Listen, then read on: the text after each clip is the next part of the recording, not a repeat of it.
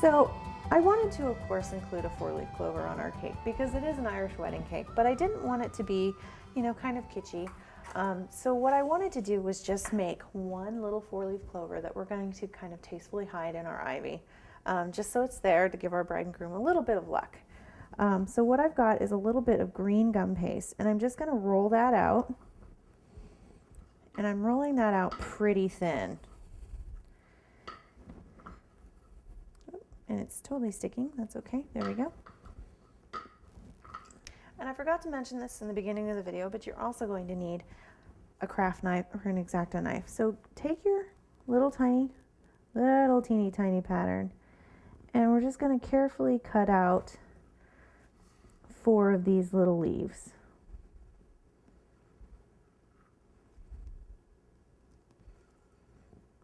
I know they make clover cutters somewhere, but one of the reasons I like to have patterns is because cutters can get really expensive and you may only use them once or twice and never use them again. So it's nice to know how to make your own patterns for flowers or greenery.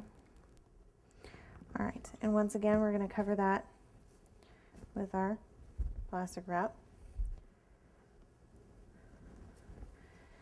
And we're still using that 28 gauge wire because it's very thin.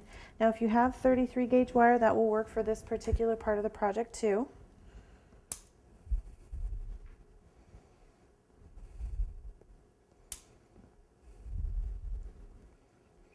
And these can be really short.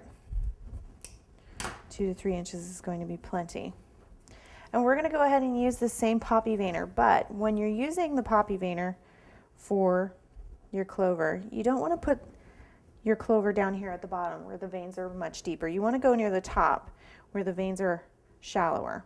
And the reason for that is because it's such a small leaf, you don't really want to overpower it.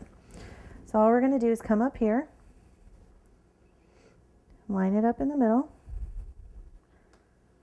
and if you want to press down with your finger just to make sure it's really adhered, you can do that.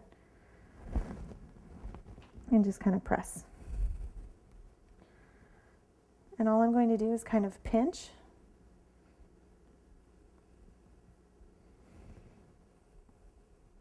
There we go. And I'm going to take this over here while it's still damp, and I'm going to pick up some of that ivy green, and I'm just going to give it a light dusting, and I'm working from the outside in. And the reason I'm doing that is I want those really crisp kind of outside edges while leaving that brightness on the inside. Flip over and do the other side as well.